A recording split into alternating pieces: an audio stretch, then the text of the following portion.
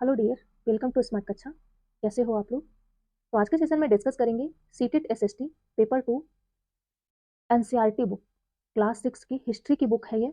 यहीं से सीधे क्वेश्चन आपके एग्जाम में देखने को मिलता है, क्योंकि एनसीईआरटी से लाइन बाय लाइन क्वेश्चन बनाता ही है सीबीएसई। और किस तरह से क्वेश्चन बनते हैं, क्वेश्चन भी हम डिस्कस करेंगे। एक टॉपिक पढ़ने के बाद क्वेश्चन डिस्कस करेंगे कि इस टॉपिक से किस तरह से क्वेश्चन बने हुए हैं। तो बिना देरी किए हुए हम अपने टॉपिक की शुरुआत करते हैं, पढ़ते हैं, इसे समझते हैं। और जो ये कीवर्ड है हम इसको जो है मार्क किए हुए हैं, आपके लिए आसान होगा। जो इम्पोर्टेंट इम्पोर्टेंट है उसे हम मार्क किए हुए हैं ताकि आपको पढ़ने में आसानी हो। और ये काफ़ी ज़्यादा हेल्प करेगा यदि आप डिटेल में पूरा पढ़े हुए हैं एक बार, और शार्ट नोट्स जो बना रहे हैं जब आप उसे देखेंगे और इससे पूरा डिटेल में पढ़े हुए हैं, तो यहाँ से हम ये कह रहे हैं कि 60 क्वेश्चन पूछा जाता है एसएसटी में, 55 आप 100% लेकर आएंगे। सिर्फ आप इतना कर लेते हैं। हम टॉपिक पढ़ेंगे, एक टॉपिक पढ़ने के बाद क्वेश्चन भी डिस्कस करेंगे। तो चलिए देख लेते हैं क्या है। आप ये सिलेबस देखे होंगे एसएसटी का, तो पहला ही टॉपिक आपको दिया है क्या, कब और कहाँ। आपका पहला टॉपिक है क्या, कब और कहाँ। तो क्या है, क्या, कब और कहाँ, हम यहीं से समझते हैं। एक ये छोटी सी बच्ची है रसीदा, इनका सवाल है कि ये अखबार पढ़ रही थी, इनकी नज़र पड़ी अखबार में एक कोने पर कि वहाँ पे लिखा था कि 100 साल पहले। तो ये सोचने लगी कि 100 साल पहले क्या हुआ था? क्या 100 साल पहले जो हुआ था उसे हम जान सकते हैं? जान सकते हैं। इतने साल पहले क्या हुआ था, तो कैसे जान सकते हैं? यही इनका सवाल हुआ, इनके दिमाग में आया कि हम कैसे जान सकते हैं इतने साल पहले क्या हुआ था? कैसे पता लगाएँ हमारे इतिहास में क्या हुआ था? इतिहास को जानने के लिए हम क्या करेंगे?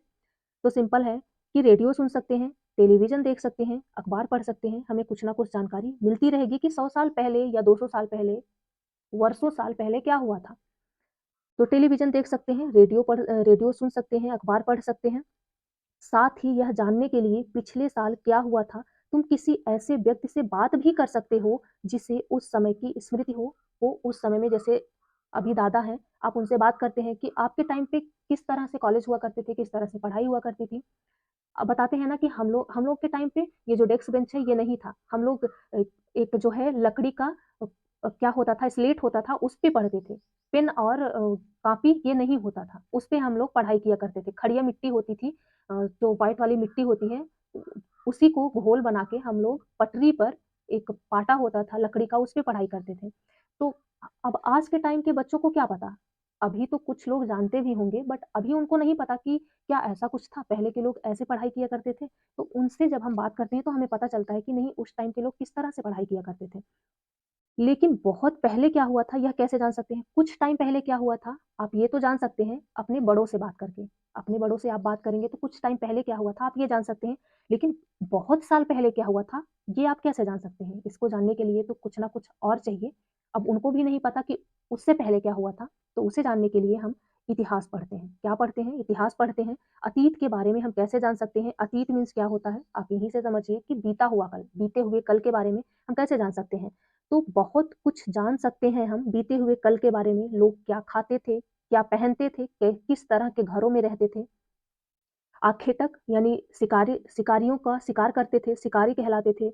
पशुपालक थे, कृषक थे, शासक थे, व्यापारी थे, पुरोहित, शिल्पकार, कलाकार, संगीतकार, वैज्ञानिक। इन सबका जीवन कैसा था, क्या खाते थे, कैसे रहते थे, कौन से खेल खेलते थे, कौन सी कहानियां सुना करते थे, कौन से नाटक देखा करते थे। तो ये सब हम इतिहास से जानते हैं। लोग कैसे रहते थे, उनका रहन सहन क्या था, उनका खान पान क्या था, उनका पहनावा क्या था। तो ये सब हम इतिहास में जानते हैं।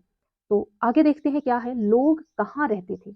अब सबसे पहला सवाल तो यही है कि पहले के लोग रहते कहाँ थे, कहाँ रहते थे। तो पहले के लोग कहाँ रहते थे, अभी मैप में हम देखेंगे। नर्मदा नदी का पता लगाओ। क्या है, कई लाख वर्ष पहले लोग इस नदी के तट पर रहते थे। वेरी इंपॉर्टेंट, यदि आप नोट्स नहीं बना रहे हैं तो मेरे कहने से बना लीजिए, क्योंकि इस बार आपको 120 प्लस दोनों पेपर में, वो चाहे पेपर 1 हो या पेपर 2 हो, लेकर आना है। यदि आप इतना नहीं लेकर आ रहे हैं तो क्वालिफाई करने का कोई मतलब नहीं है, क्योंकि आप अच्छे अंक से क्वालिफाई करें तो ज़्यादा बेस्ट है।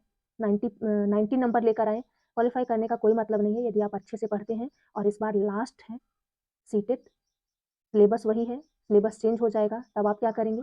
तो इस बार लास्ट है, अच्छे से पढ़ लीजिए। यदि नोट्स नहीं बना रहे हैं तो प्लीज़ मेरे कहने से बना लीजिए। शार्ट नोट्स आपके लिए बहुत हेल्प करेगा। तो क्या है ये, कई लाख वर्ष पहले, यहीं से आप लिखना शुरू करिए। कई लाख वर्ष पहले लोग कहाँ रहते थे, नर्मदा नदी नर्मदा नदी के किनारे कई लाख वर्ष पहले लोग रहा करते थे। यहाँ रहने वाले आरंभिक लोगों में से कुछ लोग संग्राहक थे। संग्राहक क्या है? जैसे इकट्ठा करने वाले, कोई वस्तु को इकट्ठा करने वाले। यहाँ रहने वाले कुछ लोग क्या करते थे? संग्राहक थे, कुशल संग्राहक थे, जो आसपास के जंगलों की विशाल संपदा से परिचित थे। आसपास के जो जंगल हुआ करते थे, उनके बारे में उनको जानकारी थी और अपने भोजन के लिए क्या किया करते थे वे? जड़ों, फलों तथा जंगलों के अन्य उत्पादों का प्रयोग करते थे, उन्हें संग्रह करते थे खाने के लिए और जानवरों का आखिर यानी शिकार भी करते थे। जानवरों का शिकार करते थे, फल फूल और जो अन्य उत्पाद होते थे जंगल में उसे भी इकट्ठा किया करते थे। कई लाख वर्ष पहले कहाँ रहते थे लोग? नर्मदा नदी के किनारे रहते थे। ठीक बात, यहाँ तक आप नोट कर लीजिएगा, अपने नोट्स बना रहे हैं तो। किस नदी के किनारे क्वेश्चन ये पूछा हुआ है कि कई लाख वर्ष पहले लोग किस नदी के किनारे रहते थे। हम क्वेश्चन जब डिस्कस करेंगे तो दिखाएंगे, प्रीवियस ईयर में ये क्वेश्चन बना हुआ है। तो राइट आंसर आपका यहाँ पे बनेगा कि नर्मदा नदी के किनारे लोग रहते थे। नर्मदा, कावेरी, गंगा ऐसे दिया रहेगा। आपको पता नहीं रहेगा तो आप क्या करेंगे?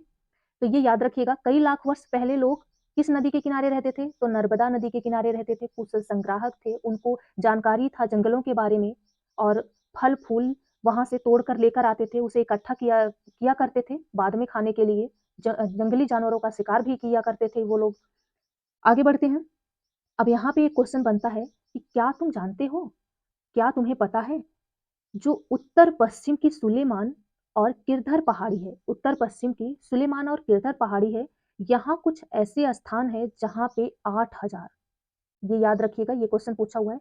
8,000 वर्ष पूर्व स्त्री पुरुष ने लगभग गेहूं और जौ जैसी फसलों को उपजाया था। 8,000 वर्ष पूर्व लगभग स्त्री पुरुषों ने गेहूं और जौ जैसी फसलों का उपजाया था। सबसे पहले कहाँ? उत्तर पश्चिम में सुलेमान और किरधर पहाड़ियों का, नोट करिएगा इसे।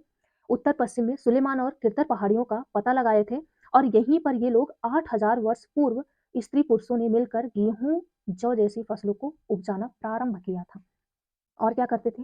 भेड़, बकरी और गाय जैसे पशुओं को पालतू बनाना शुरू किया। जब सिंपल सा बात है यहाँ पे कि जब वो अन्न उपजाना शुरू किए, तब जंगली जानवर जो हुआ करते थे उनसे बचाव के लिए और कुछ और भी अपने वस्तु के लिए, यानी अ, भेड़, बकरी, गाय, बैल, इनको पालतू बनाना शुरू किए। पहले ये लोग जंगल में ही घूमा करते थे, जंगल में ही रहा करते थे। जो ये भेड़, बकरी, गाय, भैंस ये सब पशु हैं, ये जंगल में ही रहा करते थे। तब इनको पालना शुरू किए, इनका पालन करना शुरू किए, क्योंकि अन्न जो उपजाते थे, जैसे उसका जो पुआला होता था, कौन खाए उसको? तो इसके लिए जंगली जानवरों को ये लोग पालना शुरू किए थे।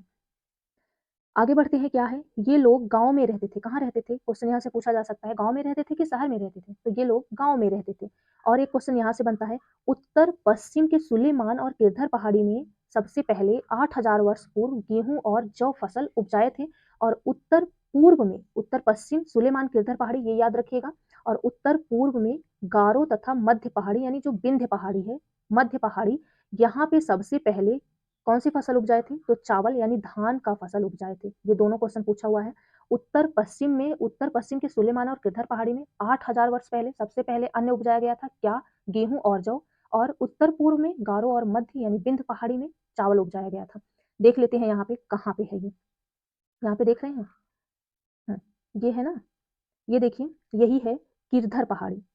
किरधर पहाड़ी यही है। यहीं पर जो है सबसे पहले ये लोग क्या उपजाए थे? सबसे पहले गेहूं और जौ उपजाए थे 8,000 वर्ष पूर्व। ये है नर्मदा नदी। यहाँ पे कई लाख वर्ष पूर्व लोग यहाँ पे रहते थे। कई लाख वर्ष पूर्व यही नर्मदा नदी के किनारे रहते थे। और और क्या था? चावल। ये है गारो पहाड़ियाँ, यही है गारो पहाड़ियाँ। यहाँ पर जो है चावल उपजाए थे सबसे पहले, जो है गारो। और ये देखिए विंध्य पहाड़ियाँ, मध्य में विंध्य पहाड़ियाँ, गारो पहाड़ियाँ, यहाँ पे सबसे पहले चावल उपजाया गया था। यानी सेकंड पर चावल यहाँ पे उपजाया गया था। और सबसे पहले जो अन्न उपजाना शुरू किए थे वो किरदर और सुलेमान पहाड़ी पर यहाँ पे उपजाना शुरू किए थे। आगे बढ़ते हैं। हाँ, आगे और क्या है? यहाँ पे सिंधु तथा इनकी सहायक नदियों का पता लगाने का प्रयास करो। सिंधु और इनकी सहायक नदी कौन सी है? अब यहाँ पे सीधे क्वेश्चन ऐसे, जब नदी के बारे में डिस्कस करेंगे तो हम जानेंगे। यहाँ पे देख लेते हैं सिंधु नदी कहाँ है। ये है ना सिंधु नदी, और इनकी सहायक नदी कौन सी है? झेलम है, चिनाब है, रावी है, सतलुज है, ब्यास है, ये सब इनकी सहायक नदी है। सिंधु नदी कहाँ से निकलती है? इनका उद्गम स्थल क्या है? ये क्वेश्चन पूछा जा सकता है। तो सिंधु नदी का उद्गम तिब्बत के उत्तरी कैलाश, कहाँ? तिब्बत के उत्तरी कैलाश श्रेणी से है। मानसरोवर झील के करीब से ये सिंधु नदी निकलती है। इनकी सहायक नदी कौन कौन सी है? तो झेलम नदी है, चेनाब है, रावी है, सतलुज है, ब्यास है, ये सब इनकी सहायक नदी है।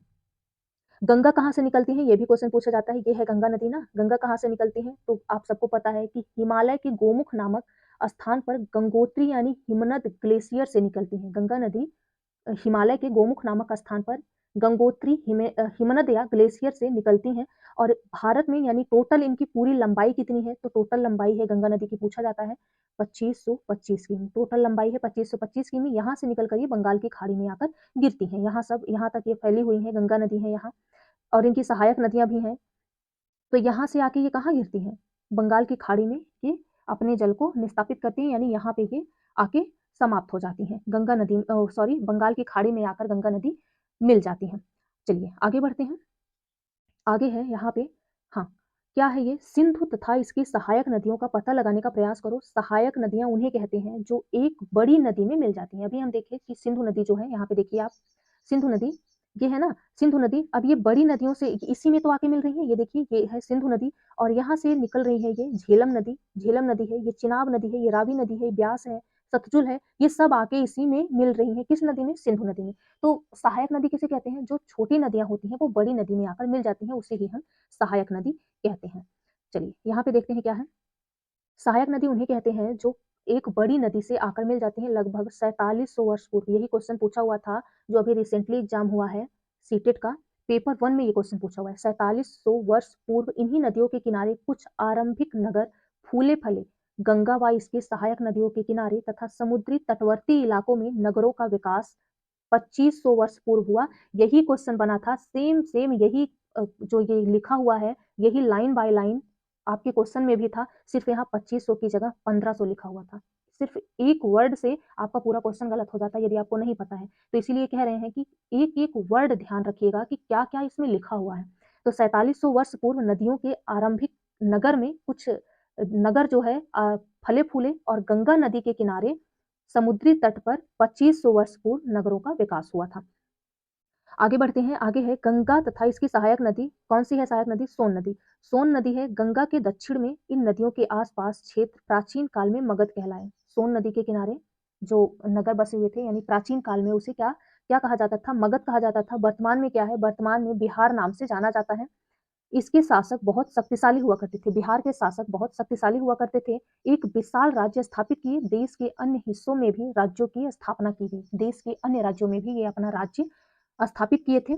चलिए आगे बढ़ते हैं। आगे और क्या है? लोगों ने सदैव उपमहाद्वीप। अब उपमहाद्वीप किसे कहते हैं? जैसे भारत क्या है? भारत तो अपना इत्तू सा है ना, यही छोटा छोटू सा है। अब जब आप विश्व का मैप देखेंगे तो विश्व का मैप यहाँ से पूरा यहाँ तक ऐसे फैला हुआ है, यहाँ से यहाँ तक पूरा फैला हुआ है, इस कुछ इस तरह से है। तो अपना भारत यहाँ पे ऐसे छोटू सा लटका हुआ है, एकदम छोटू सा है। तो ये है पूरा एशिया, एशिया में है अपना भारत, तो इसे उपमहाद्वीप कहा जाता है कि थोड़ा सा है, टुकड़े में बटा हुआ है। तो यहाँ देखते हैं क्या है। लोगों ने सदैव उपमहाद्वीप के हिस्से से दूसरे हिस्से तक यात्रा की, यानी उपमहाद्वीप के हिस्से से दूसरे हिस्से तक यात्रा की। कभी कभी हिमालय जैसे ऊंचे पर्वतों, पहाड़ियों, रेगिस्तानों, नदियों, समुद्रों और समुद्रों के कारण बहुत इनको जोखिम उठाना पड़ा, यानी बहुत मुसीबत उठानी पड़ी। बट ये रुके नहीं, अपनी यात्रा करते रहे। कितना भी असंभव था करना, बट ये उसे संभव करते रहे, यानी चलते रहे, यात्रा किसी न किसी तरीके से ये करते रहे। तो कभी कभी लोग काम की तलाश में, तो कभी प्राकृतिक आपदाओं के कारण। अच्छा, लोग यात्रा क्यों किया करते थे? सवाल ये भी उठता है, क्यों यात्रा किया करते थे? तो कभी कभी कुछ वस्तु की जरूरत पड़ती थी, या कभी कहीं कोई आपदा आ जाए, भूकंप आ जाए, बाढ़ आ जाए, तो इसके कारण ये उस जगह को छोड़ के दूसरी जगह जाते थे। काम की तलाश में भी जाते थे दूसरी जगह। तो कभी कभी काम की तलाश में और प्राकृतिक आपदाओं के कारण एक स्थान से दूसरे स्थान जाया करते थे। और सेनाएं दूसरे क्षेत्रों पर विजय हासिल करने के लिए, यानी जो सेना लोग थे वो दूसरे राज्य में विजय हासिल करने के लिए जाया करती थी। इसके अतिरिक्त व्यापारी व्यापारी कभी काफिले में तो कभी जहाजों में, कभी काफिले में कभी जहाजों में अपने साथ मूल्यवान वस्तुएं लेकर एक स्थान से दूसरे स्थान जाते थे। धार्मिक गुरु लोग को शिक्षा और सलाह देते हुए एक गांव से दूसरे गांव तथा कस्बे से दूसरे कस्बे तक जाते थे। जो धार्मिक गुरु थे, ये लोग भी यात्रा किया करते थे कि यहाँ पे प्रवचन करेंगे आज इस जगह पे, वहां प्रवचन करके फिर दूसरी जगह जाते थे, शिक्षा देते थे, प्रवचन करते थे। तो जो धार्मिक गुरु थे ये भी अपनी सलाह दिया करते थे, एक जगह से दूसरी जगह जाया करते थे। आगे क्या है? कुछ लोग नए और रोचक स्थानों को खोजने की चाह में उत्सुकतावश भी यात्रा किया करते थे। अब ये भी शामिल है, कुछ लोग तो उनको जानना होता था कि वहां पे क्या चीज है, कैसे है, हम क्यों जाते हैं दूसरी जगह, कहीं घूमने क्यों जाते हैं। कि यही ना कि वहाँ जो वाटरफॉल है वो बहुत अच्छा है, बहुत अच्छा दिखता है। तो वहाँ पे क्या कुछ था, यही जानने, यही देखने के लिए यानी कुछ रोचक स्थानों को खोजने की चाह में भी यात्रा किया करते थे। तो इन सभी यात्राओं से लोगों को एक-दूसरे के विचारों को जानने का अवसर मिला। आगे बढ़ते हैं। आज लोग यात्राएँ क्यों करते हैं, क्यों यात्रा करते हैं? तो एक बार फिर से मानचित्र फर्स्ट देखना है, अभी देखते हैं कि पहाड़ियाँ, पर्वत और समुद्र इस उपमहाद्वीप की प्राकृतिक सीमा का निर्माण करते हैं। हालाँकि लोगों के लिए इन सीमाओं को पार करना आसान तो नहीं था। जिन्होंने ऐसा चाहा, वे ऐसा कर सके, वे पर्वतों की ऊँचाइयों को छू सके, गहरे समुद्रों को पार कर सके। उपमहाद्वीप के बाहर से भी कुछ लोग यहाँ आए और यहीं पर बस भी गए। तो ये क्या है? यहाँ पे ये बहुत इम्पोर्टेंट है, कीवर्ड थोड़ा-सा देख लीजिए। आधुनिक भारत यानी एशिया, एशिया में आधुनिक भारत, पाकिस्तान, बांग्लादेश, नेपाल, भूटान, श्रीलंका और अफ़गानिस्तान, ईरान, चीन तथा म्यांमार ये पड़ोसी देश हैं। किसके? अपने देश के यानी इंडिया के पड़ोसी देश हैं। तो पड़ोसी देश को दर्शाता है। दक्षिण एशिया एक महाद्वीप से छोटा है। दक्षिण एशिया जो है एक महाद्वीप से छोटा है, लेकिन विशालता तथा क्या है विशालता तथा बाकी एशिया में समुद्रों, पहाड़ियों तथा पर्वतों में बटे होने के कारण इन्हें प्रायः उपमहाद्वीप कहा गया। क्यों इन्हें उपमहाद्वीप कहा गया? क्वेश्चन पूछा जा सकता है। तो एशिया में समुद्रों, पहाड़ियों, पर्वतों से बटे होने के कारण ये जो पहाड़ी है, समुद्र है, इनके द्वारा बटे होने के कारण इसे उपमहाद्वीप कहा गया। चलिए आगे बढ़ते हैं। आगे क्या है?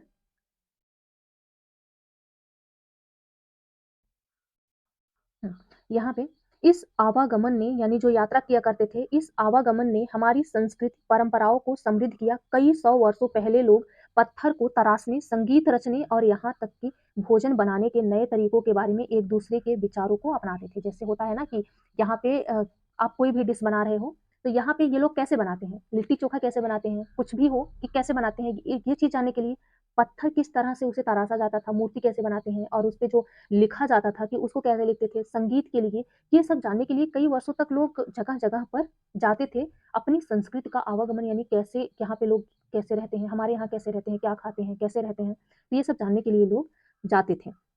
एक दूसरी जगह यात्रा किया करते थे। अब बात आती है देश का नाम, अपने देश का नाम इंडिया, भारत, हिंदुस्तान कैसे पड़ा? तो देखते हैं यहाँ पे अपने देश के लिए प्रायः इंडिया तथा भारत जैसे नामों का प्रयोग किया जाता है। जो आप सबको पता है इंडिया और भारत जैसे नामों का प्रयोग किया जाता है। तो इंडिया शब्द कहाँ से निकला है? इंडिया शब्द इंडस से निकला है जिसे संस्कृत में क्या कहते हैं? सिंधु कहा जाता है। इंडस से निकला है, सीधा क्वेश्चन यहाँ से बना हुआ है। इंडिया शब्द इंडस से निकला है जिसे संस्कृत में सिंधु कहा जाता है। एटलस में आप देखेंगे ईरान, यूनान का जब ये लोग आए थे भारत में तो जैसे होता है ना कि कुछ वर्ड ये लोग बोल नहीं पाते थे, जैसे कह नहीं पाते थे। अभी आप कुछ लोग ऐसे होते हैं कि वो नहीं कह पाते, तो क्या कहते थे ये इंडिया को इंडस, भारत को, तो सिंध को क्या कहते थे? सिंध को हिंदू कहते थे, तो यहीं से हिंदुस्तान बना। तो ऐसे है कि ये लोग जब आए तो कब आए थे? 2500 वर्ष पूर्व उत्तर-पश्चिम की ओर से आने वाले ईरानियों और यूनानियों ने सिंध को हिंदोस तथा इंदोस कहा। क्या कहे थे? हिंदोस और इंदोस कहे और इस नदी के पूर्व में स्थित भूमि प्रदेशों को इंडिया कहा। जो यहाँ जो है लोग रहते थे, उन्हें क्या कहा? जो भूमि प्रदेश रहा, जो भूमि रहा उसे इंडिया कहा। तो भारत का नाम तभी से भारत नाम का प्रयोग उत्तर-पश्चिम में रहने वाले लोगों के एक समूह से किया जाता है। इस समूह का उल्लेख संस्कृत की आरंभिक यानी ये याद रखिएगा 3500 वर्ष पुरानी है, लगभग 3500 वर्ष पुरानी है। 3500 वर्ष पुरानी नहीं है, लगभग 3500 वर्ष पुरानी है। कृत ऋग्वेद में मिलता है, बाद में इसका प्रयोग देश के लिए होने लगा। ये जो है संस्कृत में जो इंडिया शब्द का प्रयोग है ये संस्कृत में हुआ था पहले, तो पहले तो सिर्फ़ उत्तर-पश्चिम में रहने वाले लोगों के लिए भारत का नाम ये पड़ा था। इसके बाद ये संस्कृत में प्रयोग हुआ था यानी इसका उल्लेख संस्कृत में लगभग 3500 वर्ष पूर्व कहाँ मिला था? ऋग्वेद सबसे पुराना वेद है, तो ऋग्वेद में मिला था। अब जो है देश के लिए इसका प्रयोग किया जाने लगा। इतना याद रखिएगा।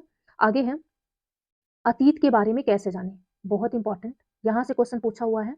अतीत के बारे में कैसे जानें? अब हमें क्या पता कि अतीत में लोग कैसे पढ़ाई करते थे, किस पर लिखते थे, क्या पता कैसे लिखते थे? तो यहाँ पे जानते हैं अतीत की जानकारी हम कई तरह से प्राप्त कर सकते हैं। इनमें से एक तरीका अतीत में लिखी गई पुस्तकों को ढूँढना और पढ़ना है। हमें क्या पता कि पहले लोग क्या करते थे? तो सबसे सरल एक तरीका है कि लोग तो पुस्तक पढ़ते रहे होंगे, कि उसे हम ढूँढें, पढ़ें कि अतीत में लोग कैसे रहते थे, कैसे पढ़ते थे, क्या खाते थे? तो पुस्तकों को ढूँढना और पढ़ना, पहले की जो पुस्तकें हुआ करती थी वो कैसे लिखी हुई थी? हाथ द्वारा लिखी हुई होती थी। उसे क्या कहा जाता था? पांडुलिपि कहा जाता था। जो पहले की पुस्तकें हुआ करती थी वो हाथों द्वारा लिखा जाता था, लिखी हुई होती थी। उसे पांडुलिपि कहते हैं। अंग्रेजी में पांडुलिपि के लिए प्रयुक्त होने वाला शब्द जो है वो क्या है? मैन्युस्क्रिप्ट है। यही क्वेश्चन पूछा हुआ था अभी जो रिसेंटली एग्जाम हुआ है। पांडुलिपि के लिए प्रयुक्त होने वाला शब्द मैन्युस्क्रिप्ट शब्द है। अब ये शब्द लैटिन शब्द के मेन्यू जिसका अर्थ है हाथ है, यानी हाथ से निकला हुआ। मेन्यू का अर्थ है हाथ से निकला हुआ। ये पांडुलिपियां प्रायः ताड़पत्रों अथवा हिमालय में उगने वाला एक भुर्ज नामक पेड़ की छाल हुआ करता था। ये जो ताड़पत्र आप देख रहे हैं, ये एक हिमालय क्षेत्र में भुर्ज नामक पेड़ हुआ करता था। उसी की छाल से इसे इकट्ठा किया जाता था, उसकी छाल को उधेड़ कर यानी निकाल कर। और यहाँ आप देख पा रहे होंगे एक छिद्र बना है ना। आप लोग रिंग वाली कॉपी तो लिखे होंगे, आप सबको पता होगा रिंग वाली कॉपी आप सब लिखे होंगे। तो सेम ऐसे ही है वो। जो है ये लकड़ी का हुआ करता है। ये देखिए लकड़ी की छाल हुआ करती है, इसमें यहाँ एक छिद्र करके इसमें धागे से इसको बांध दिया करते थे और इस पर हाथ द्वारा लिखा करते थे। और यही है जो कई हजार वर्ष पहले इसे लिख कर रखे थे। ताड़पत्र, यहाँ देखिए ताड़पत्रों से बनी पांडुलिपि क्या है? ताड़पत्रों से बनी जो है पांडुलिपि, यह लगभग 1000 वर्ष पहले लिखी गई थी। कब? 1000 वर्ष पहले लिखी गई थी। किताब बनाने के तरीके कैसे? ताड़पत्र के पत्रों को काट कर उनके अलग अलग हिस्सों को एक साथ बांध दिया जाता था। भुर्ज पेड़ की छाल से बनी ऐसी एक पांडुलिपि है जो तुम देख पा रहे हो, यही है भुर्ज नामक पेड़ की छाल से बनी एक पांडुलिपि। ये जो है अभी प्रेजेंट टाइम में तो नहीं मिल पाई है, बट कुछ कहीं मंदिरों में, बिहारों में ये मिले हुए हैं, आज भी हैं, देखने को मिलता है। और कीड़े लग गए क्योंकि ये लकड़ी का था, लकड़ी की छाल थी, कीड़े लग गए, कुछ खराब हो गए, तो कुछ बचे हुए हैं जिनसे हमें पता लगता है कि हम पता लगाते हैं कि कैसे लोग वो तब के टाइम पे पढ़ा करते थे, लिखा करते थे। आगे बढ़ते हैं। इतने वर्षों में इनमें कई पांडुलिपि को कीड़ों ने खा लिया। अब यही बताएं, कीड़ों ने खा लिया। ऐसी कई पांडुलिपियां आज भी उपलब्ध हैं जो कहाँ है? मंदिरों और बिहारों से प्राप्त होती हैं। अब बात करते हैं मंदिर, तो आप सबको पता है बिहार किसे कहते हैं? बिहार क्या है? बिहार जो है जो बौद्ध लोग रहते थे, बौद्ध भिक्षु जहाँ पे रहते थे, बौद्ध मठों में बौद्ध भिक्षु जहाँ पे रहते थे, उसे ही बिहार कहा जाता था। क्या कहते थे? उसे ही बिहार कहा जाता था, जहाँ पे बौद्ध भिक्षु रहा करते थे। आप लोग सर्च करके देखिएगा, एक बड़ा सा ऐसे घर मिलेगा जहाँ पे बौद्ध भिक्षु रहा करते थे, तो उसे ही बिहार कहा जाता था। ये पांडुलिपियां आज भी मंदिर और बिहारों में प्राप्त हैं। इन पुस्तकों में धार्मिक मान्यताओं, व्यवहारों, राजाओं के जीवन, क्या क्या लिखा है इसमें ये भी याद रखिएगा। तो धार्मिक मान्यताओं, व्यवहारों, राजाओं के जीवन, औषधि तथा विज्ञान आदि के प्रकार विषयों की चर्चा की हुई है इसमें। इसके अतिरिक्त क्या है? महाकाव्य, कविताएं और नाटक भी इसमें लिखे हुए हैं। किस किस लिपि में लिखे हुए हैं? तो संस्कृत में लिखे हुए हैं। किसमें लिखे हुए हैं? संस्कृत में लिखा हुआ मिलता है, जबकि अन्य प्राकृत और तमिल में है। संस्कृत में लिखा है और भी जो लिखे हुए हैं प्राकृत और तमिल में लिखे हुए हैं। प्राकृत भाषा का प्रयोग आम लोग करते थे। ये क्वेश्चन सीधा पूछा हुआ है, प्राकृत भाषा का प्रयोग कौन से लोग किया करते थे? तो प्राकृत भाषा का प्रयोग आम लोग किया करते थे। संस्कृत में जो विद्वान हुआ करते थे, यानी जो गुरु हुआ करते थे, वे लोग लिखते थे। प्राकृत और तमिल में लिखते, जो प्राकृत में लिखते थे, ये आम लोग लिखा करते थे। आगे बढ़ते हैं। हम अभिलेख का भी अध्ययन कर सकते हैं। अभिलेख क्या है? ये आप देख पा रहे होंगे। अभिलेख का भी, ये एक पत्थर का हुआ करता है। आप लोग अभी देखे होंगे कि जैसे जो कुछ लोग जिसकी मृत्यु हो जाती है उनकी समाधि बनाई जाती है ना समाधि, और वहां पे कुछ इस टाइप का होता है ऐसे पत्थर। यहाँ पे इतना आप देख पा रहे होंगे कि यहाँ पे कब उनका जन्म हुआ था, कब उनकी मृत्यु हुई थी, किस कारण से हुई थी, क्या थे वे, ये सब इतनी दूर में लिखा हुआ है उस पत्थर पे। और इतना भाग जो है ये मिट्टी में दबा हुआ है, इतना भाग जो है ये मिट्टी में दबा हुआ है, और यहाँ इतना आप जो देख पा रहे हैं इसी पर लिखा हुआ है। तो कुछ इस तरह से बना हुआ रहता था उस समय पत्थर के अभिलेख। आज भी है, आप देखने को पाएंगे कहीं कहीं ये चीज। तो क्या है? ऐसे पत्थर अथवा धातु जैसी अपेक्षाकृत कठोर सतहों पर, वेरी इंपॉर्टेंट, सीधा क्वेश्चन पूछा हुआ है कि अभिलेख केवल पत्थर पर लिखे हुए मिलते हैं। तो ये ध्यान रखिएगा, याद रखिएगा, आप इसे नोट करके रखिए। केवल पत्थर पर नहीं, धातु पर भी, यानी कठोर सतह जो हो उसे अभिलेख कहते हैं। पत्थर या धातु दोनों, पत्थर अथवा धातु जैसी अपेक्षाकृत कठोर सतहों पर उत्कीर्ण किए गए मिलते हैं। कभी कभी शासक अथवा अन्य लोग अपने आदेशों को इस तरह से उत्कीर्ण करवाते थे ताकि लोग उन्हें देख सके, पढ़ सके और उनका पालन कर सके। क्यों इसे लिखवाते थे? इसलिए जो वहाँ के राजा हैं वे लोग लिखवाते थे कि ताकि जो लोग इसको देखें वे इसे समझ सकें, पढ़ सकें और इसका पालन कर सकें। आगे क्या है? कुछ अन्य प्रकार के अभिलेख भी मिले हैं, जैसे राजा रानी कुछ अन्य अभिलेख मिले हैं जिनमें राजा तथा रानियों सहित अन्य स्त्री पुरुषों ने भी अपने कार्यों का विवरण उत्कीर्ण करवाया है। जो इच्छुक थे वे लोग अपने कार्यों का विवरण जो है इस पे लिखवाए हैं। उदाहरण के लिए प्रायः यह शासक लड़ाइयों में अर्जित विजयों का लेखा जोखा रखा करते थे। Very important. आप यहाँ से क्वेश्चन बना है, जो राजा ये लेखा जोखा लिखवाते थे यानी कहाँ पे कौन सा विजय हासिल किए, किस राज्य को शामिल किए, किसको पराजित किए, तो ये सब इसमें लिखा हुआ करता था। बट क्या वे अपने पराजय को भी लिखते थे? ये क्वेश्चन बना हुआ था। क्या वे अपनी पराजय को भी उत्कीर्ण करवाते थे? तो बिल्कुल नहीं। वे सिर्फ अपनी लड़ाइयों में विजय, जहाँ पे वो विजय प्राप्त किए हैं, सिर्फ वही लिखाते थे। सिर्फ क्या है, जो विजय जहाँ पे हासिल किए हैं वही चीज यहाँ पे लिखवाते थे, अपनी हार को यहाँ पे नहीं लिखवाए हैं। ये चीज याद रखिएगा, क्वेश्चन बना हुआ है यहाँ से। आगे क्या है, क्या तुम बता सकती हो कि कठोर सतह पर लिखे यानी जो लेख लिखवाए गए हैं इससे क्या लाभ है? तो ऐसा करवाने में क्या कठिनाई आई है? तो बिल्कुल बहुत कठिनाई आई होगी। पत्थर पर लिखवाया गया, छेनी हथौड़ी किस तरह से इस पे लिखवाया गया होगा, और ये कठोर है। तो आप लोग सिल तो देखे होंगे, सिलबट्टा उसी टाइप का ये है, तो इस पे कैसे लिखा हुआ होगा? बहुत सारी कठिनाई आई होंगी। इसके अतिरिक्त अन्य कई वस्तुओं अतीत में बनी प्रयोगों में लाई जाती थी। ऐसी वस्तुओं का अध्ययन करने वाले व्यक्ति को हम क्या कहते हैं? वेरी इंपॉर्टेंट, ये भी क्वेश्चन पूछा हुआ है। जो अतीत का अध्ययन करते हैं उन व्यक्ति को उन्हें हम क्या कहते हैं? तो उन्हें हम पुरातत्वविद कहते हैं, जो अतीत का अध्ययन करते हैं। पुरातत्वविद क्या करते हैं? ये पत्थर, ईंट से बनी इमारतों के अवशेष, चित्र, मूर्तियों को इकट्ठा करते थे, देखते थे, ताकि ये पता लगा पाएँ कि ये कब बने हुए थे। जो ये बनवाते थे यानी चित्रों और मूर्तियों को बनवाते थे, ये इस चीज़ के बारे में जानना होता था इनको कि कब ये कब के हैं, ये अवशेष जो हमें प्राप्त हुए हैं, ये कब के हैं। और जो ये जिस तरह से यानी जो ये पाया यानी जो पुरातत्वविद हैं, पुरातत्वविद आप सबको पता है कि जो अध्ययन करते हैं, उन्हें हम यानी जो प्राचीन काल के वस्तुओं का अध्ययन करते हैं, उन्हें हम पुरातत्वविद कहते हैं। और जो इनको ये वस्तु मिली है जैसे ईंट, इमारत, लकड़ी, ताड़पत्र जो कुछ भी मिला है, इसे हम स्रोत कहते हैं। क्या कहते हैं? स्रोत। ये याद रखिएगा, इसे स्रोत कहते हैं। यहाँ पे देख लेते हैं, ये इंपॉर्टेंट है। लगभग 2250 वर्ष पुराना यह अभिलेख वर्तमान अफगानिस्तान के गंधार से प्राप्त हुआ है। जो आप ये देख पा रहे हैं, ये अफगानिस्तान के गंधार से प्राप्त हुआ है। यह अभिलेख अशोक नामक शासक के आदेश पर उत्कीर्ण करवाया गया था। इस शासक के विषय में तुम अध्याय 7 में पढ़ोगे, यानी जो अभी हम अध्याय 7 पढ़ेंगे, इनके बारे में तब पढ़ेंगे। अभी हम ये अभिलेख आप देख लीजिए, कुछ इस तरह से है। क्या है, जब हम कुछ लिखते हैं तब हम किसी लिपि में लिखते हैं। कुछ भी हम लिखते हैं तो किसी लिपि में लिखते हैं। आप जो लिख रहे हैं, जो ये आप पढ़ रहे हैं, तो ये देवनागरी लिपि में लिखा हुआ है। तो कैसे आप लिखते हैं? तो कोई ना कोई लिपि का प्रयोग करते हैं। आप किसी कूट में यानी जैसे आपको दर्शाना हुआ संकेत, जैसे आपको घास दर्शाना हुआ तो कुछ इस तरह से आप दर्शाएँगे, पुल दर्शाना हुआ तो कुछ इस तरह से दर्शाएँगे, तो संकेत का प्रयोग करते हैं ना। तो किसी लिपि और संकेत का प्रयोग करते हैं। जब हम कुछ बोलते हैं अथवा पढ़ते हैं तो एक भाषा का प्रयोग करते हैं। यह अभिलेख इस क्षेत्र में प्रयुक्त होने वाली यूनानी तथा अरमाइक नामक 2 भिन्न लिपियों तथा भाषाओं में लिखा हुआ है। ये जो है 2 भिन्न लिपि में लिखा हुआ है। कौन-कौन से हैं? यूनानी तथा अरमाइक नामक 2 लिपि में ये लिखा हुआ है। अशोक के समय में जो ये उत्कीर्ण जो है पत्थर पे बना हुआ, ये मिला हुआ है एक अभिलेख, ये जो है यूनानी और अरमाइक नामक 2 लिपि से लिखा हुआ है। याद रखिएगा, ये क्वेश्चन पूछा हुआ है। आगे बढ़ते हैं यहाँ पे, ये है कुछ, आप यहाँ पे देख पा रहे होंगे। ये क्या है? एक प्राचीन नगर से प्राप्त है। इस तरह के पात्रों का प्रयोग कब हुआ करता था? ये जो है इस तरह के पात्रों का प्रयोग 4700 वर्ष पूर्व हुआ करता था। यह एक पुराना चांदी का सिक्का है, ये आप देख रहे हैं। 4700 वर्ष पूर्व हुआ करता था, ये एक चांदी का सिक्का है।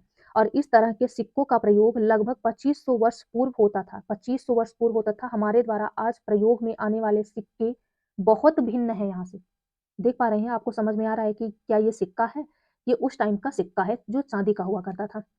आगे बढ़ते हैं, अध्ययन करते हैं। यहाँ से हम देखें ना कि इमारतें और इमारतों के अवशेषों, चित्रों तथा मूर्तियों का अध्ययन करते हैं। औजारों, हथियारों, बर्तनों और आभूषणों तथा सिक्कों की प्राप्ति के लिए छानबीन तथा खुदाई भी करते हैं। इनमें से कुछ वस्तुएं पत्थर, पक्की मिट्टी, आप देख पा रहे हैं। क्या है? ये पक्की हुई मिट्टी है। क्या है? पक्की हुई मिट्टी जो घड़ा बना हुआ है। तो पकी हुई मिट्टी तथा कुछ धातु की बनी हो सकती हैं। ऐसे तत्व कठोर जो जल्दी नष्ट नहीं होने वाले हैं। पुरातत्वविद जानवरों, चिड़ियों तथा मछलियों की हड्डियों को ढूंढते हैं। क्या ढूंढते हैं ये लोग? जानवरों के हड्डियों को ढूँढते हैं। उन्हें जानने में यह मदद मिलती है कि अतीत में लोग क्या खाते थे। वनस्पतियों के अवशेष बहुत मुश्किल से बचे हैं, कुछ जल गए हैं, कुछ सड़ गए हैं, तो बहुत मुश्किल से बचे हैं। यदि अन्न के दाने अथवा लकड़ी के टुकड़े जल जाते हैं, तो वे जले हुए रूप में बचे हैं। जो जल गए हैं, वे जले हुए रूप में भी बचे हैं, तो उससे भी पता लगाए हैं। क्या पुरातत्वविद को बहुधा कपड़ों के अवशेष मिलते होंगे? क्या उन्हें कपड़ों के भी अवशेष मिले हैं? तो आगे हम देखते हैं पांडुलिपियों, अभिलेखों तथा पुरातत्व से ज्ञात जानकारियों के लिए इतिहासकार प्रायः यही अभी हम आपको बताया ना कि जो अभिलेख इनको प्राप्त है, जो पुरातत्वविद जो पांडुलिपियाँ इनको प्राप्त हुई हैं, उसे क्या कहते हैं? इतिहासकार के लिए वो क्या है? वो एक स्रोत है। जैसे हम आपको अभी पढ़ा रहे हैं एनसीईआरटी बुक, एनसीईआरटी में ये सब कुछ इंक्लूड है, लिखा हुआ है, तो ये क्या है? ये आपके लिए एक स्रोत है। आप जो ये पढ़ पा रहे हैं, ये आपके लिए स्रोत है। इतिहासकार जो ये पांडुलिपि अभिलेख पुरातत्व की जानकारी प्राप्त करते हैं, तो किससे प्राप्त करते हैं? उसे क्या कहते हैं? तो उसे स्रोत कहते हैं। क्या कहते हैं? स्रोत। ये याद रखिएगा, क्वेश्चन बना है यहाँ से। आगे है, इतिहासकार उन्हें कहते हैं, स्रोत कहते हैं, जो अतीत का अध्ययन करते हैं। स्रोत से प्राप्त होते ही अतीत के बारे में पढ़ना बहुत रोचक होता है। जब हम कोई स्रोत अभी आप एक सिक्का पा गए, आप यहाँ पे समझिए, ये एक सिक्का है, आपको ये क्या लग रहा है? ये सिक्का है, आपको नहीं पता, आप इसको घर लेकर आए, दादाजी को दिखाए कि दादाजी रास्ते में हम आ रहे थे, कुछ इस तरह से था, वहीं पड़ा हुआ, जो हम उठा के लेके आए हैं। क्या आपको पता है ये क्या है? तो दादाजी देखिए, हाँ, ये तो हमारे टाइम का सिक्का है। जब हम लोग पढ़ने जाते थे, तो कुछ इस तरह से सिक्का हमारे टाइम पे हुआ करता था, हम लोग ये सिक्का लेकर जाते थे, ये सिक्का यूज़ करते थे, यही सिक्का हमारे टाइम पे चलता था। तो अब ये सिक्का चलता था, ये तो सिक्का जैसा नहीं लग रहा है, सिक्का तो ऐसे है कुछ, हमारा सिक्का, हमारा रुपया जो है कुछ इस तरह से है, ये भी सिक्का है। तो आप इस बारे में सोचेंगे ना, तो आप जानने की कोशिश करेंगे कि ये क्या है, हम तो इसे रुपया कहते हैं, इसे क्या कहते थे? ये सब जानने की जिज्ञासा होगी ना आपको, तो यही है कि जब हमें कोई स्रोत मिलता है, तो उसके बारे में जानने की जिज्ञासा होती थी। तो क्योंकि इन स्रोतों की सहायता से हम धीरे-धीरे अतीत का पुनर्निर्माण करते जाते हैं, अतः इतिहासकार तथा पुरातत्वविद उन जासूसों की तरह हैं, क्या हैं? उन जासूसों की तरह हैं, जो इन सभी स्रोतों का प्रयोग सुराग के रूप में अतीत को जानने का प्रयास करते हैं। आगे बढ़ते हैं, आई होप बहुत अच्छे से आपको समझ में आ रहा होगा, और जितना बता रहे हैं प्लीज़ उसे एक शार्ट नोट्स यानी एक कीवर्ड आप लिखते हुए चलिए, क्योंकि बहुत इंपॉर्टेंट है। यहीं से जो जितना हम इसे मार्क किए हुए हैं, यहीं से क्वेश्चन बनता ही है। सारा यहीं से क्वेश्चन बना है, जब हम क्वेश्चन सॉल्व करेंगे तो आप देखेंगे। चलिए आगे क्या है, अतीत एक या अनेक। अब क्या है अतीत एक या अनेक? क्या तुम इस पुस्तक के शीर्षक यानी हमारे अतीत पर ध्यान दिया है? यहाँ अतीत शब्द का प्रयोग बहुवचन के रूप में हुआ है। अतीत शब्द का प्रयोग बहुवचन के रूप में हुआ है। इसमें सिर्फ इतना है कि अलग-अलग समूह के लोगों के लिए अतीत शब्द का प्रयोग मायने रखता है। जैसे उदाहरण के लिए पशुपालकों अथवा कृषकों का जीवन, राजाओं तथा रानियों का जीवन, व्यापारियों का जीवन, शिल्पकारों का जीवन, सबका जीवन सबसे भिन्न था। एक जैसा सबका जीवन नहीं था, सबका जीवन सबसे भिन्न था। जबकि हम आज भी देखते हैं, उस समय भी देश के अलग-अलग हिस्सों में लोग अलग-अलग व्यवहारों और रीति-रिवाजों का पालन किया करते थे। उदाहरण के लिए आज अंडमान द्वीप के अधिकांश लोग भोजन मछलियाँ पकड़कर करते हैं और फल-फूल के संग्रहण करते हैं। यानी मछली भोजन का प्रयोग क्या करते हैं, ये लोग आज भी शिकार करते हैं, मछलियाँ पकड़ते हैं और फल-फूल का संग्रहण करते हैं। इसके विपरीत शहरों में आप जाएँगे, तो लोग वहाँ पे खाद्य आपूर्ति के लिए अन्य व्यक्तियों पर निर्भर हैं। कुछ इस तरह से अतीत में भी विद्यमान थे। कुछ ऐसे ही अतीत में लोग किया करते थे। अन्य-अन्य चीज़ें अपना खाया करते थे, जो भी उनको मिलता था। इसके बाद क्या है, इसके अतिरिक्त एक अन्य तरह का भेद है। उस समय शासक अपनी विजयों को, यही अभी हम बताए ना, अपनी विजयों का लेखा-जोखा रखते थे। यही कारण है कि हम उन शासकों तथा उनके द्वारा लड़ी जाने वाली लड़ाइयों के बारे में काफ़ी कुछ जान सकते हैं। वेरी इंपॉर्टेंट, वे लोग सिर्फ़ अपने विजयों के बारे में लेखा-जोखा रखते थे। जहाँ पे हार जाते थे, उसे नहीं लिखवाते थे। सिर्फ़ अपने विजयों का लेखा-जोखा रखे। आप लोग अभिलेख देखेंगे तो उसपे सिर्फ़ उनके विजय के बारे में, उनकी जो जितनी प्रतिष्ठाएँ उनको मिली हैं, जो कुछ भी जितना साम्राज्य उनका मिला है, ये नहीं लिखा हुआ है कि यहाँ तक मेरा साम्राज्य था और उस राजा ने आक्रमण करके ये साम्राज्य हड़प लिया। ये नहीं लिखवाए हैं। ये वो लिखवाएँगे, वो राजा जो उनके साम्राज्य को हड़पेंगे, वे लिखवाएँगे। तो सिर्फ़ बीजियों का लेखा-जोखा रखा करते थे, सिंपल सी बात है, आप इतना याद रखिए।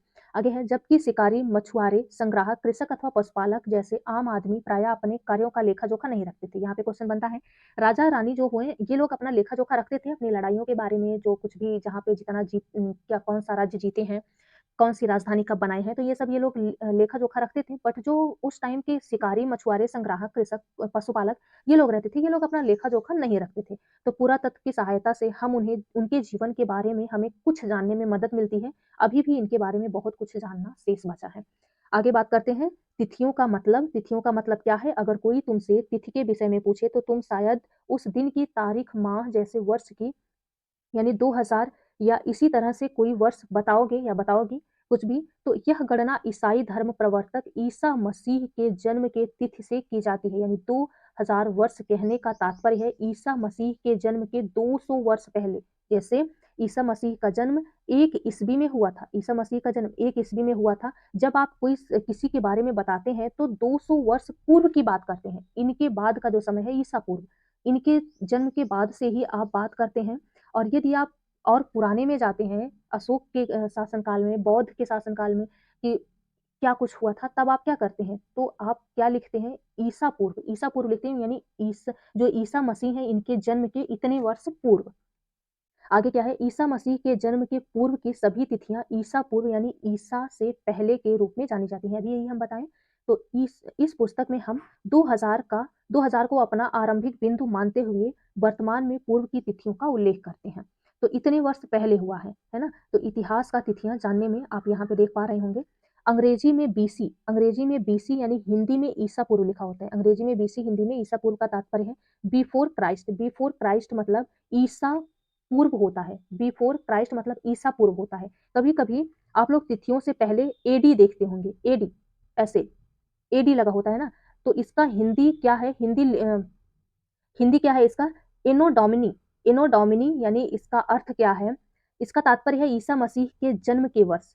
इसका मतलब क्या है? ईसा मसीह के जन्म के वर्ष। एडी मतलब जैसे 1 एडी में इनका जन्म हुआ था, तो ये ईसा मसीह के जन्म के बाद से शुरुआत हुआ है। और इसके पहले क्या प्रयोग होता है? तो इसके पहले प्रयोग होता है बीसी। क्या प्रयोग होता है? बीसी। बीसी और एडी, आई होप यहाँ समझ गए होंगे। ईसा मसीह के जो पहले का कार्यकाल है, जो भी घटना घटित हुई है, उसे हम बीसी से प्रयोग करते हैं। और ईसा मसीह के जन्म के बाद से हम एडी का प्रयोग करने लगे हैं। तो कभी कभी एडी की जगह सीई भी और बीसी की जगह बीसीई का प्रयोग होता है। कभी कभी एडी की जगह बीसी और बीसीई की जगह बीसीई का प्रयोग होता है। तो सीई अक्षरों का प्रयोग कॉमन एरा, जो सीई लिखा होता है इसका मतलब है कॉमन एरा, तथा बीसीई का before common era. Before common era, इसका अर्थ क्या है?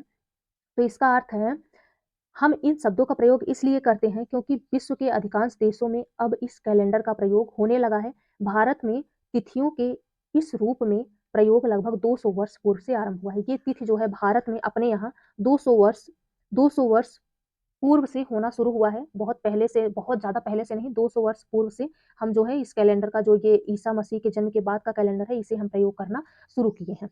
आगे क्या है? कभी कभी अंग्रेजी में बीपी, वो वाला बीपी नहीं, ब्लड प्रेशर, बीपी अक्षरों का प्रयोग करते हैं। इसका मतलब क्या है? बिफोर प्रेजेंट, यानी जो वर्तमान से पहले, जो अभी घटना घटित हो रही है इसके पहले बीपी का प्रयोग करते हैं। इसका मतलब होता है कि बिफोर प्रेजेंट, वर्तमान से पहले। तो आई होप ये आपको अच्छे से समझ में आया होगा कि तिथियों का पता हम कैसे लगाते हैं। चलिए आगे बढ़ते हैं। कुछ कीवर्ड यहाँ पे याद रखिएगा। हाँ, ये है उपयोगी शब्द, ये बहुत इंपॉर्टेंट है। यात्रा, जैसे जो लोग कुछ काम के लिए या कहीं पर बाढ़ वगैरह आ जाए, कुछ प्राकृतिक आपदा आ जाए, तब यात्रा किया करते थे। कुछ लोग जो है, जो धर्म ज्ञानी थे, गुरु थे, ये लोग प्रवचन देते थे, ज्ञान देते थे, तब यात्रा किया करते थे। तो ये है यात्रा। पांडुलिपि क्या है? अभी आप लोग देखे पांडुलिपि क्या है? जिस पर जो पहले के लोग लिखा करते थे, हाथ द्वारा लिखा होता था। भुर्ज नामक पेड़ की छाल से एक ताड़ के पत्तों का प्रयोग होता था, जिसपे लिखा हुआ होता था, उसे पांडुलिपि कहते हैं। अभिलेख क्या है? अभिलेख देखिए, जो कुछ इस टाइप का बना होता है, पत्थर का, धातु का बना होता है। इतना भाग इसका जमीन के अंदर होता है, इतना भाग आप देखते हैं। इसी में राजा के बारे में या कुछ भी जो भी लिखा हुआ होता है, उनकी विजयों के बारे में लिखा होता आप पाएंगे। और इतना जमीन के नीचे होता है, यहाँ पे आप इसको पढ़ पाते हैं। इसे अभिलेख कहते हैं। पुरातत्व क्या है? जो पुराना कुछ भी शेष अवशेष बचा है, उसे पुरातत्व कहते हैं। और पुरातत्वविद किसे कहते हैं? जो पुरातत्व के बारे में जानते हैं और जो उनको कुछ मिलता है, यानी कोई अनाज मिला है, कहीं से कोई मिट्टी का घड़ा मिला है, सिक्का मिला है, उसे स्रोत कहते हैं। और इतिहासकार किसे कहते हैं? जो इनके बारे में जानकारी रखते हैं, जो खोजते हैं, उनको इतिहासकार कहते हैं। स्रोत जो उनको प्राप्त होता है, अभी यही बताए, वही स्रोत है। अज्ञात लिपि, जो लिखा हुआ है, अब इनको नहीं पता है कि क्या लिखा हुआ है, किस भाषा में लिखा हुआ है, उसे अज्ञात लिपि कहते हैं। इसका अर्थ निकालना, कुछ का अर्थ निकालना संभव हुआ है और कुछ का अभी भी नहीं पता है कि इसमें क्या लिखा हुआ है। चलिए, आगे बढ़ते हैं। ये महत्वपूर्ण तिथियाँ हैं, इनको तो भूलिएगा मत, क्योंकि यहीं से क्वेश्चन बना हुआ था, जो सब गलत करके आए थे। कृषि का आरंभ कब से हुआ? तो याद रखिएगा, कृषि का आरंभ 8000 वर्ष पूर्व हुआ। सुलेमान और किरधर पहाड़ियों में स्त्री पुरुषों ने गेहूँ और जौ उपजाया था। याद रहेगा, इसे याद रखिएगा। और सिंधु, हाँ, आप लोग कमेंट करिएगा कि जो है चावल कहाँ उपजाया गया था। कृषि का आरंभ 8000 वर्ष पूर्व हुआ किरधर और सुलेमान पहाड़ियों में। यदि आप टॉपिक अच्छे से पढ़े हैं तो प्लीज एक कमेंट जरूर करिएगा कि चावल कहाँ उपजाया गया था। आगे क्या है, सिंधु सभ्यता के प्रथम नगर, सिंधु सभ्यता के प्रथम नगर 4700 वर्ष पूर्व खोजे गए थे। और गंगा घाटी के नगर जो मगध का बड़ा राज्य था वो 2500 वर्ष पूर्व खोजे गए थे। आपको यही क्वेश्चन 1500 वर्ष पूर्व लिखा हुआ था, तो ये गलत हो जाएगा। 2500 वर्ष पूर्व, 4700, 2500 वर्ष पूर्व। वर्तमान में लगभग 2000 वर्ष पूर्व, वर्तमान में लगभग क्या चल रहा है, 2000 वर्ष पूर्व। तो ये सब याद रखिएगा, ये कीवर्ड यहाँ से क्वेश्चन बनता है। तो ये रहा आज का टॉपिक जो हम पढ़े। आई होप यहाँ पे आपको बहुत अच्छे से समझ में आया होगा। जितना हम ये अंडरलाइन किए हुए हैं, प्लीज जितना मार्क किए हैं इसको जरूर नोट डाउन करिएगा, क्योंकि यहीं से आपको क्वेश्चन आपके एग्जाम में देखने को मिलेगा, ये याद रखिएगा। और यदि आपको ये पीडीएफ चाहिए तो स्मार्ट कक्षा का टेलीग्राम चैनल ज्वाइन कर लीजिए, वहाँ हम पीडीएफ शेयर कर देंगे। बट फिर भी हम आपसे रिक्वेस्ट कर रहे हैं कि आप लिखते हुए भी चलिए। पीडीएफ से कोई नहीं पढ़ता, सिर्फ पीडीएफ सबको चाहिए होता है ना। तो पीडीएफ हम शेयर कर देंगे आपकी हेल्प के लिए। आप लेटे बैठे कैसे भी हो, पढ़ने का मन कर रहा है तो पीडीएफ आप देखकर अपने फोन में पढ़ सकते हैं। बट इसे आप लिख भी लीजिए, क्योंकि जितना लिखेंगे वो याद होता चला जाएगा, सब कुछ याद होता चला जाएगा। और एक से दो बार यदि आप फास्ट करके सुन लेते हैं तो यहाँ से क्वेश्चन तो कोई सा भी पूछा जाए गलत नहीं होने वाला है। और आज जो टॉपिक हम पढ़े हैं, अगले सेशन में हम क्वेश्चन भी डिस्कस करेंगे इसी टॉपिक का, कि किस तरह से क्वेश्चन प्रीवियस ईयर में इस टॉपिक से पूछे हुए हैं। सिर्फ एक टॉपिक से कब, कहाँ और कैसे से यहाँ से क्वेश्चन 3 से 4 क्वेश्चन बनता है। ये आप याद रखिएगा, ये टॉपिक बहुत इंपॉर्टेंट है, यहाँ से 3-4 क्वेश्चन देखने को मिलता है। तो चलिए यही इन करते हैं। अब आपका प्रिपरेशन शुरू हो गया है। एसएसटी आज क्लास फर्स्ट है, क्लास 6 की एनसीईआरटी हम पढ़ रहे हैं। हिस्ट्री टोटल 10 चैप्टर है, तो एक एक करके एक एक चैप्टर डिस्कस करेंगे। हिस्ट्री और ज्योग्राफी दोनों दोनों साथ में पढ़ेंगे। इसके बाद जो है संविधान का जो है यानी नागरिक शास्त्र फर्स्ट सेकंड थर्ड करके ऐसे हैं, तो इसे भी हम पढ़ेंगे। इसमें 4-5 टॉपिक जो भी है वो हम पढ़ लेंगे। बट अभी इतिहास और भूगोल दोनों साथ साथ पढ़ेंगे। तो चलिए यही इन करते हैं। प्लेलिस्ट बनी हुई है, आप अपनी तैयारी यहाँ से बहुत अच्छे तरीके से कर सकते हैं। टॉपिक पढ़ने के बाद हम क्वेश्चन भी सॉल्व करेंगे, तो आपको ये डाउट तो बिल्कुल नहीं रहेगा कि क्या यहाँ से क्वेश्चन बनेगा या नहीं बनेगा। प्रीवियस ईयर में किस तरह से क्वेश्चन बना है वो भी डिस्कस करते हुए चलेंगे। तो चलिए यही इन करते हैं। आज का सेशन पसंद आया हो तो प्लीज़ लाइक शेयर सब्सक्राइब कर दीजिएगा और बने रहिएगा आप अपने चैनल स्मार्ट कक्षा के साथ। Thanks for watching. Thank you so much.